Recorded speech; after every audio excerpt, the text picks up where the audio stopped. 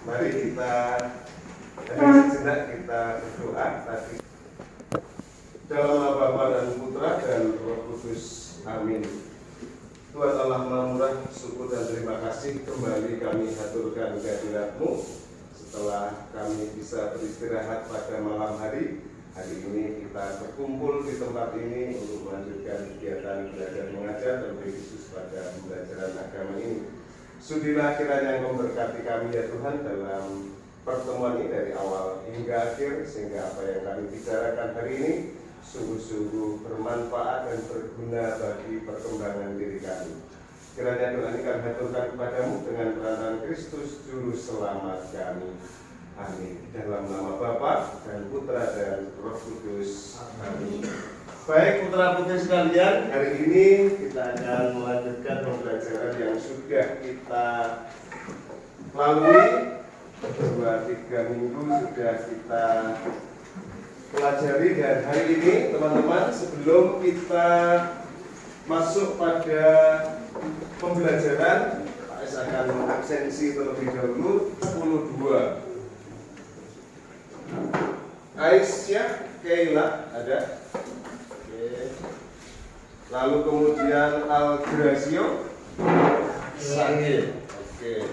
Berikutnya Ardimo, Egi ada ya. Terus kemudian Catherine, Alvina ada. Celine, Atalia, oke, hadir. Lalu kemudian Christopher Dityananta, Edwin hadir. Edwin luar biasa. Farel Dwi, oh tadi dipanggil ya. Farel Dwi ada. Lalu kemudian Felicia, oke. Lalu kemudian Franciscus Saverius, Kenzo, Grace, oke, baik. Di seputaran manusia sebagai pribadi yang unik ya. Ini sudah kita singgung baik itu di kelas di sebelumnya, yang unik dengan segala kemampuan dan keterbatasannya sehingga bisa menerima dan bersyukur atas keberadaan dirinya atau diri kita sebagai manusia. Ini sebagai tujuan dari pembelajaran kita dalam rentang waktu 2 kali 45 menit ini. Sehingga apa yang sudah kita renungkan dalam tugas tempo hari ya, jadi kita akan dalami lebih jauh lagi supaya materi yang kita pelajari ini bisa lebih ya. Waalaikumsalam. Silakan masuk teman-teman ya. Silakan duduk di tempatnya. Jadi yang pertama yang bisa diharapkan kita ini bisa memahami, lalu kemudian menerima diri, dan yang terakhir bisa bersyukur. Nah, jadi merefleksikannya nanti di ending dari pembelajaran kita bisa menerima dan bersyukur atas keberadaan diri kita. Nah, dikatakan manusia itu unik, itu melihat kepada sifat, bakat, ya, minat, karakter, secara fisik juga bisa kita manusia ya. Semua manusia tidak ada yang sama. Semuanya berbeda yang satu dengan yang lainnya. Maka disebut sebagai makhluk yang unik. Unik bukan aneh, tapi unik di sini adalah berbeda. Ya, unik ini berbeda. Yang membedakan saya dengan yang lainnya itu yang akhirnya nanti bisa menjadikan ciri khas diri kita sebagai manusia. Ya. Lalu kemudian perbedaan itu adalah karunia, bukan kelemahan. Karunia ini disebut sebagai anugerah. Apa yang menjadi kelebihan kita mungkin akan menjadi kelemahan bagi orang lain. Begitu juga sebaliknya. Sehingga jika ada yang kurang pada diri kita, itu nanti akan dilengkapi oleh orang lain. Sampai di sini jelas ya? Oke, baik, kita lanjutkan. Jadi analoginya bahwa manusia dengan berbagai ciri khasnya dianalogikan sebagai dengan satu tubuh itu banyak anggota. Kalau keseluruhan tubuh kita ya itu, lalu kemudian ada macam-macamnya, ada tangan, ada kaki, ada rambut, ada mata dan sebagainya. Ini menjadi satu kesatuan dalam tubuh kita. Nah, kita mungkin dalam kehidupan kita, dalam kelemahan kita, disitulah lalu kemudian organ-organ yang menjadi satu tubuh itu akan dilengkapi, sehingga ada yang kurang dan kelengkapannya bisa dilengkapi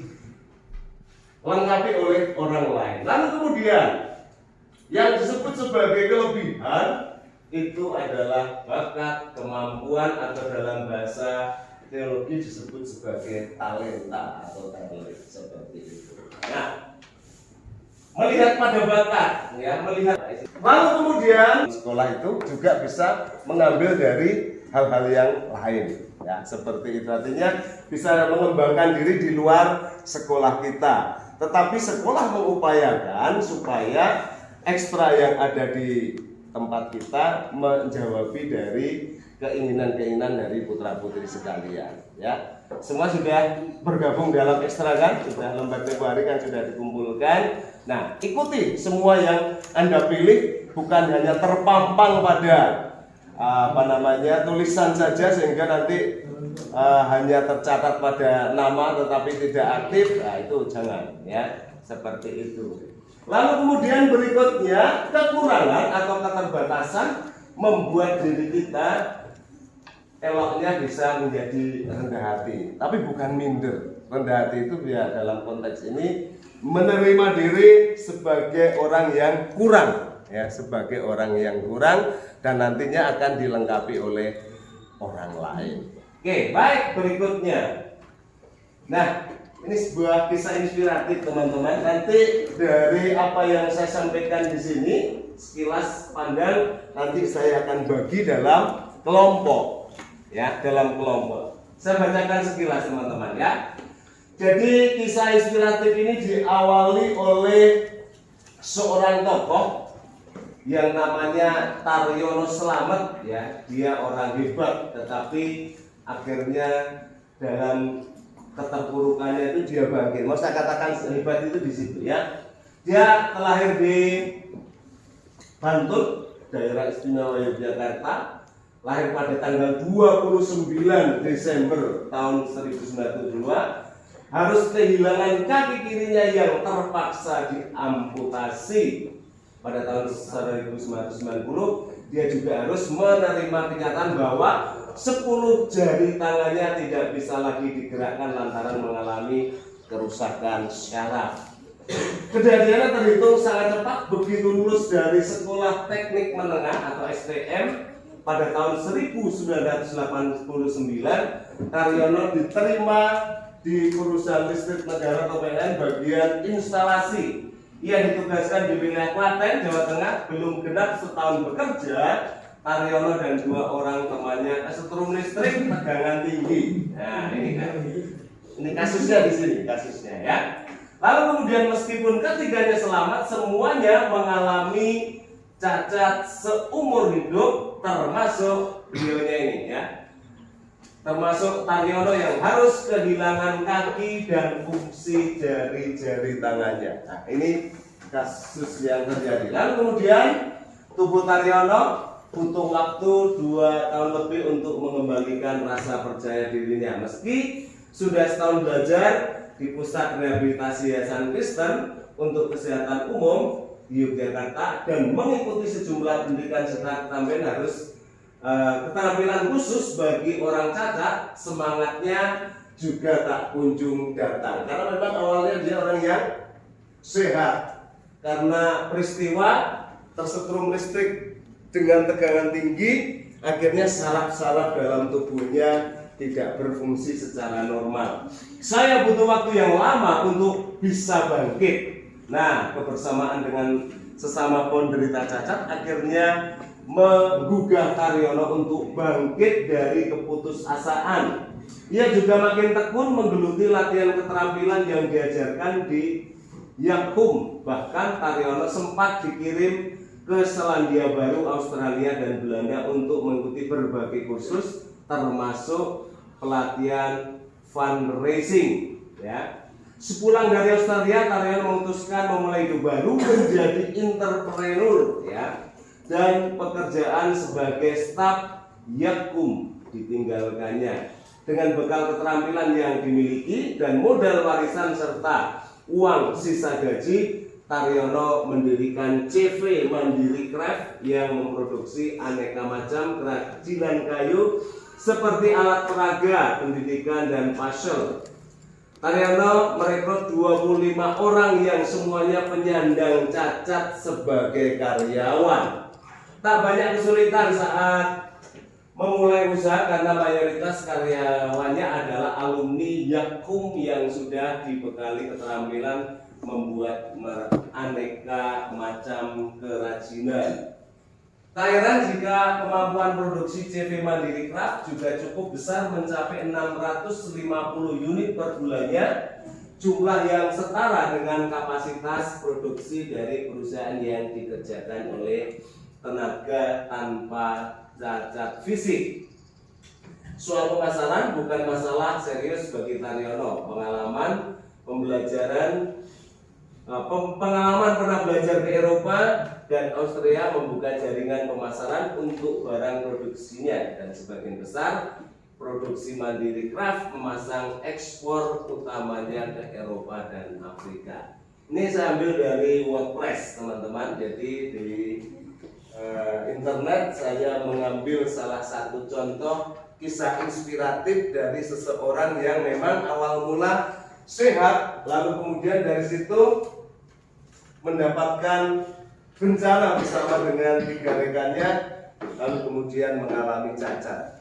Cacatnya saya katakan cacat permanen ya, karena fungsi-fungsi saraf dalam tubuhnya tidak berjalan dengan normal. Nah, berkaitan dengan contoh tersebut, mari kita coba untuk menggali informasi, menggali pengalaman apa yang bisa kita tarik dari pengalaman itu, hal-hal baik apa saja ya. Coba saya bagi rekan-rekan dalam kelompok ya. Saya bagi, kemarin saya mencetakkan ada 1, 2, 3 kelompok 2, 5 ya, 5 kelompok putra putri ya. Ini lalu kemudian alif grup di sini ya, ini lalu kemudian begini 6 orang ya, ini satu kelompok. Lalu kemudian di belakang, nah sini ini 1, 2, 3, 4, ini 4, 5, 5 kali 5 kita berapa orang?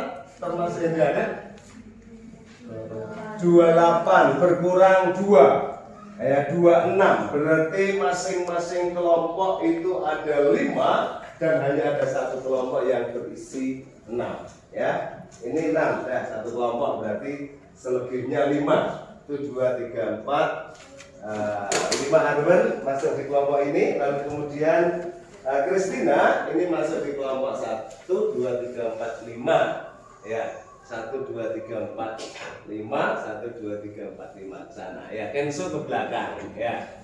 Nah, Kenzo bisa kelompok. Lalu kemudian rekan-rekan bisa mengambil tempat ya, bisa apa namanya meja ya, bangku ini bisa kita geser, lalu kemudian duduknya buka bisa, tidak apa-apa. Saya kira dari pertanyaan yang saya sodorkan ada di sini teman-teman. Nah, bagaimana kesan Anda ketika membaca cerita di atas? Saya sudah membantu untuk menceritakan, membaca materi itu. Kesan yang Anda bisa munculkan ketika membaca cerita di atas, kira-kira yang bisa disampaikan. Nah, ini berdasarkan pada kelompok ya, kelompok yang ada. Jadi ini tadi 1, 6, berarti 1, 2, 3, 4, 5 masuk di satu kelompok. Arwen bisa maju, kursinya bisa dibawa. Lalu Kristina geser ke belakang, 1, 2, 3, 4, 5 ini segini. Lalu 1, 2, 3, 4, 5 itu ke sana ya. Lalu kemudian 1, 2, 3, 4, 5 di belakang. Pas. Jadi 5 hanya ada satu kelompok yang isinya 6 ya. Nah, ini bisa menghadap ke belakang. Oh, kita ini lebih sempit dulu, tidak apa-apa. tapi bisa diupayakan. Saya beri waktu hanya menjawab 5 soal, itu 10 menit ya. 10 menit kita akan berproses berdasarkan pada bacaan yang sudah kita bisa dengar bersama. Akar permasalahannya jelas ya, akar permasalahannya jelas. Pertanyaan pertama nanti bisa ditulis di lembar di belakangnya ya. Tulis nama kelompok ya. Kesan pertama Anda dengan membaca ya, kesan pertama Anda ketika membaca cerita di atas. Yang pertama, ada beberapa kemungkinan yang bisa kita ambil dalam jawaban. Apa yang bisa muncul dari kesan kalau melihat cerita tadi? Tragis atau kamu kan? Seorang Taryono ini sehingga bisa mengubah keterbatasan yang dimiliki menjadi sebuah kekuatan, bangkit dari keterpurukan ya. Lalu kemudian yang terakhir, nilai-nilai positif apa yang dapat Anda pelajari dari pribadi seorang Taryono. Nah itu lalu kemudian nanti kita akan bisa melanjutkan materi kita untuk hari ini tentang bagaimana kelebihan dan kekurangan kita. Ya. Saya beri waktu 10 menit ya.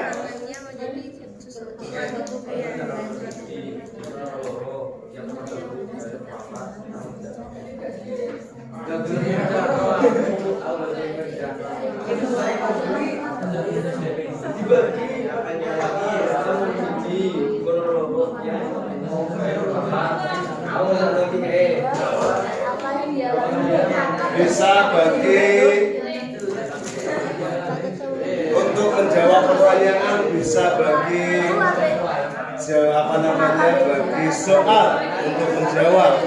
Karena iya aku mau listrik yo, nak gini. Setrum. Jangan lupa anggota kelompoknya teman-teman.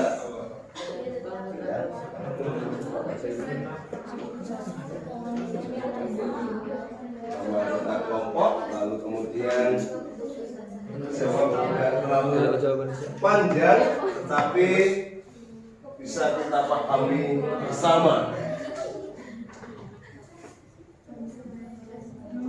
Edwin, bagaimana? Ada pertanyaan? Tidak. Ikut berproses, Edwin ya. Nah, jangan bermain sendiri. Cek. Ada pertanyaan? Ada. Baik ya.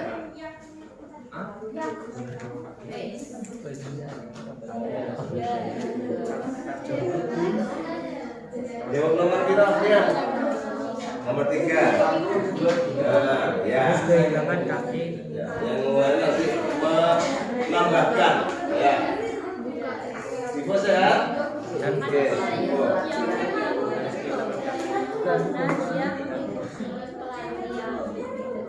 Tidak ada kendala, aman? Oh, ya. Oke. Siap.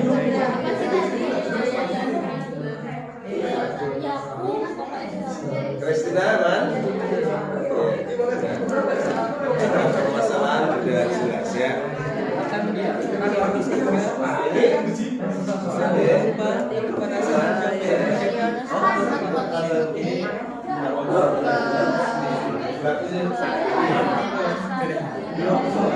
Tiga yang mendorong Taryono Selamat juga bisa mengubah keterbatasan yang dimiliki tadi. Di paragraf 2 sebelum terakhir tadi ada di sana. 2 sebelum terakhir, Pak. Kita untuk literasinya, membacanya, jadi jangan terpotong-potong. Sudah satu. Ya, ada di paragraf terakhir tadi ya. Ini kan mengubah dari keterpurukan menjadi percaya diri. Ya.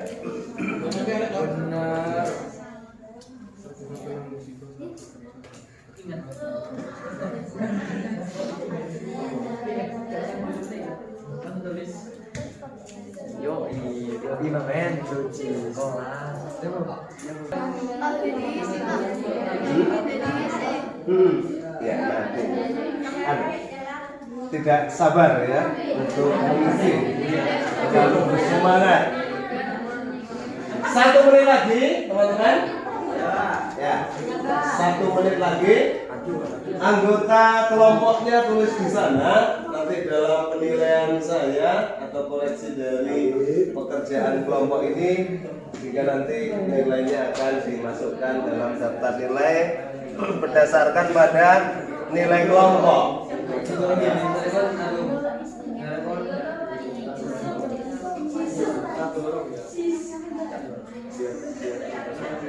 Kelompok Kristina sudah? Sudah ya. Oke, baik. Ini sudah. Ini sudah. Sudah? Oke. Baik. Setengah menit lagi. Setengah menit. Ya. Materi kita akan terus berlanjut, teman-teman.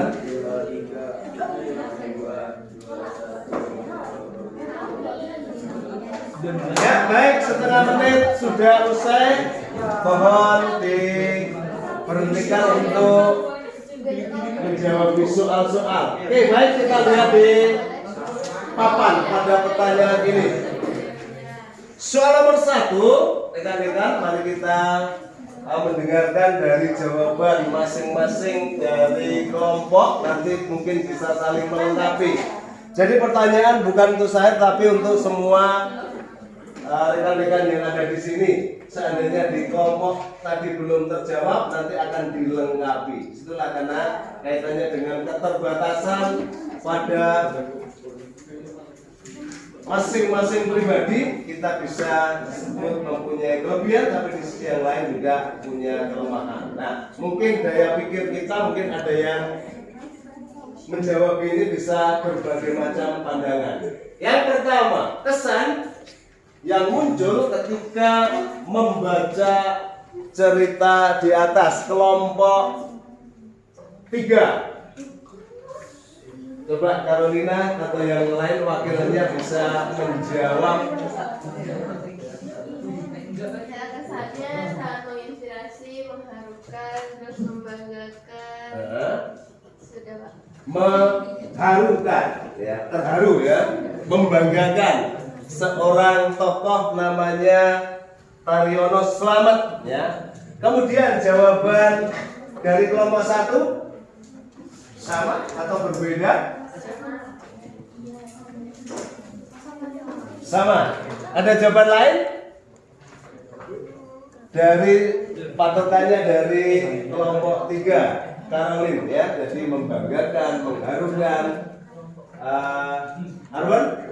Sama?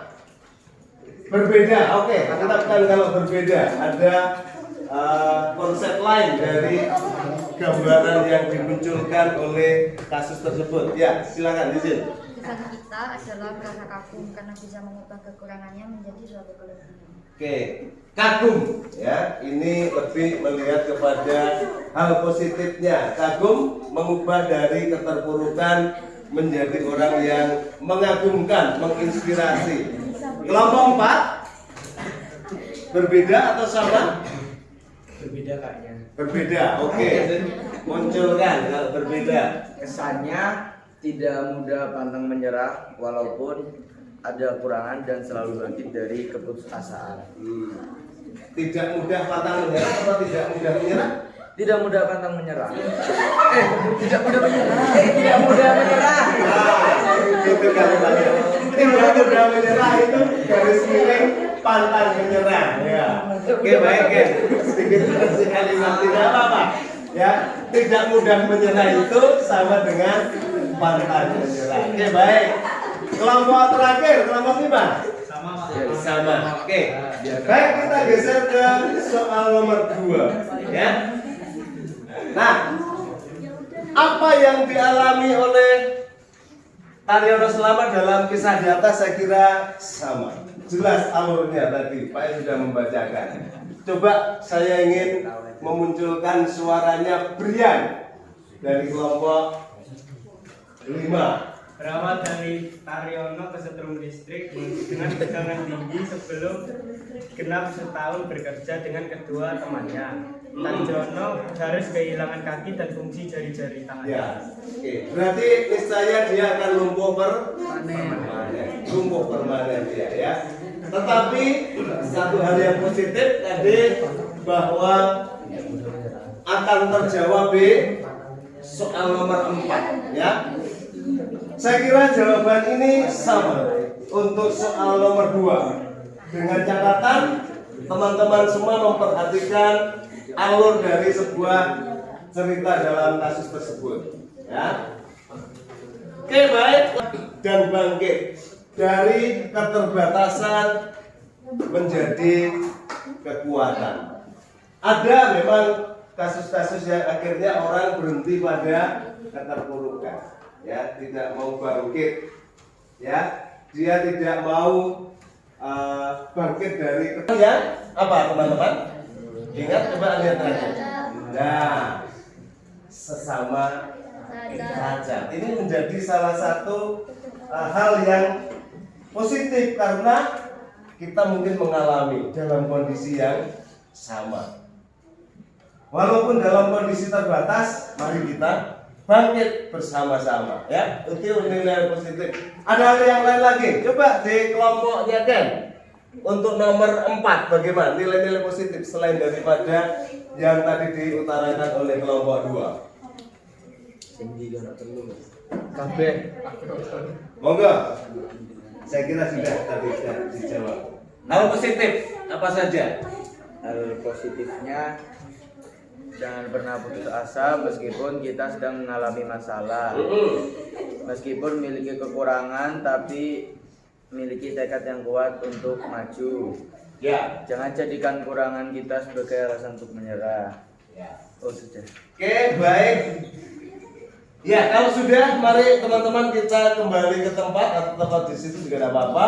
Ini coba pahami di bagi ini sebagai salah satu hal yang penting. Nah, baik teman-teman, setelah dari hal yang umum kita akan melihat bahwa diri kita ini dengan segala kelebihan dan kekurangannya menjadikan kita ini adalah makhluk yang istimewa ya, makhluk yang istimewa. Letak keistimewaan kita sebagai manusia, bahwa manusia dalam kitab Kejadian bab 1 ayat 26 sampai dengan 31, Allah merencanakan dan menciptakan manusia itu menurut gambar dan rupanya. Ya, jadi kita ini sebagai makhluk yang diciptakan oleh Tuhan sehingga hal-hal baik yang kita miliki, ya hal baik yang kita miliki itu turun dari sifat-sifat Allah sendiri. Ya. Lalu kemudian manusia dibentuk oleh Tuhan ya dari debu dan tanah, dan Allah menghembuskan nafas hidup ke dalam hidungnya. Disitulah lalu kemudian manusia itu hidup ya, tidak tiba-tiba ya. Jadi ada sebuah peristiwa yang luar biasa dalam penciptaan manusia. Nah, ini kitab suci Kejadian bab 1 ayat 26 sampai 31. Jadi proses terjadinya alam semesta dengan segala isinya itu ada dalam peristiwa di sini. Berfirmanlah Allah, baiklah kita menjadikan manusia menurut gambar dan rupa kita supaya mereka berkuasa atas ikan-ikan dan segala burung di udara dan segala yang merayap di bumi, yang bernyawa ku berikan segala tumbuhan bonjol menjadi makanannya. Dan jadilah demikian. Maka Allah melihat segala yang dijadikannya sungguh amat baik. Jadilah petang dan pagi, hari dan malam. Jadi bumi tercipta, segala isinya ada, dan paling terakhir diciptakanlah manusia. Ya kan? Manusia diciptakan hari yang ke-6. Ini laki-laki dan perempuan. Hari yang ke-7 istirahat, ya, disebut dengan hari Sabat. Ya, Sabat itu sebagai hari untuk istirahat. Maka kalau teman-teman disebut dengan hari Sabat, ya hari Ahad, hari Minggu, ya, itu hari istirahat. Ya, maka manusia kan diciptakan sebagai yang terakhir ketika segala sesuatunya sudah ada. Ya, jadi fisik, ya, aspek-aspek dalam diriku tentang kelebihan dan kekuranganku secara fisik, kekuatanku.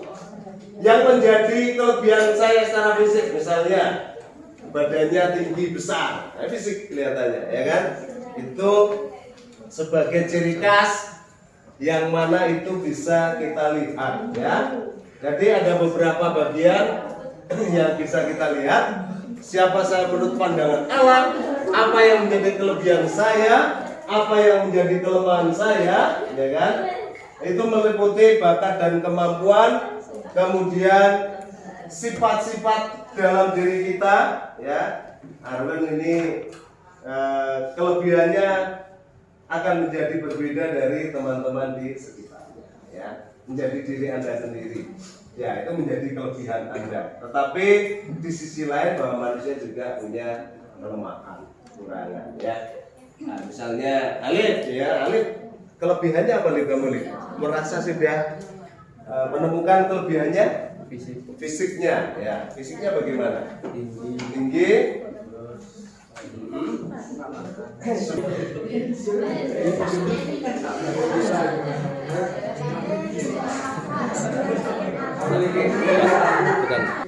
Rekan-rekan semua, kita akan mengakhiri materi kita hari ini dengan beberapa kalimat, ya, yang saya sampaikan di sini, bahwa di balik kekurangan setiap manusia itu tersimpan kelebihan.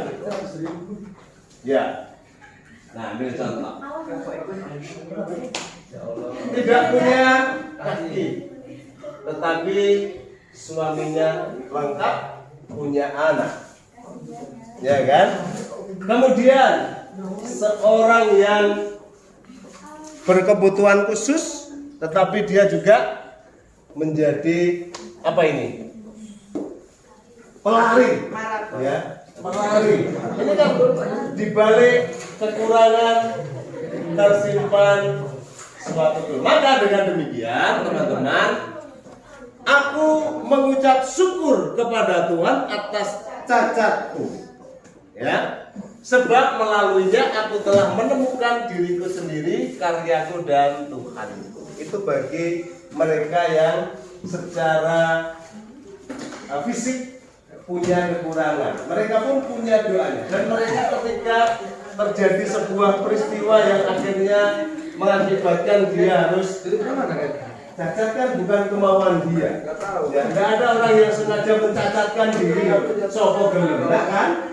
Maka dari itu, dari semua hal itu, saya mengakhiri semua materi ini. Jangan biarkan potensi diri kita dibelenggu oleh dalih-dalih yang menghambat atau karena keterbatasan kita.